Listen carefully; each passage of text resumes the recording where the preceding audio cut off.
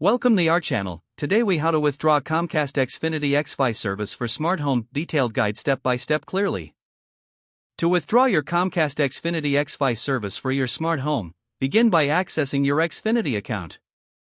Log into your account using your username and password. Once logged in, navigate to the Services section of the dashboard. Locate the xFi service listed among your services. Click on the option for xFi to view the details. Look for an option to manage or modify your service. Select the option to withdraw or cancel the xFi service. Follow the on-screen prompts to confirm your decision to withdraw. Make sure to review any potential fees or penalties associated with the cancellation. After confirming, you will receive a notification regarding the cancellation. Check your email for a confirmation message from Comcast. Note any instructions for returning xFi equipment if applicable. If you have devices connected to xFi, ensure they are moved to another network. Once the service is withdrawn, consider setting up a new network for your smart home devices. Review the settings of your new network to ensure compatibility.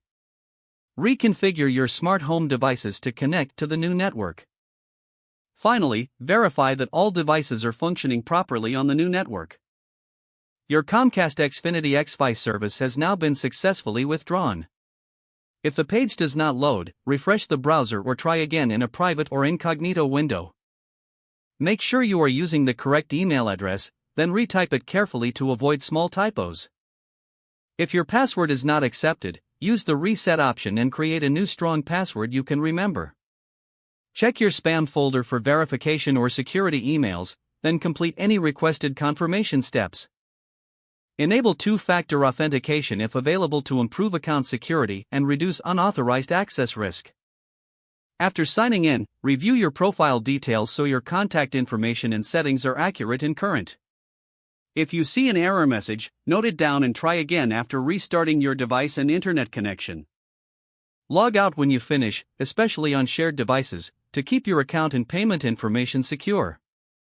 If the page does not load, refresh the browser or try again in a private or incognito window. Make sure you are using the correct email address, then retype it carefully to avoid small typos.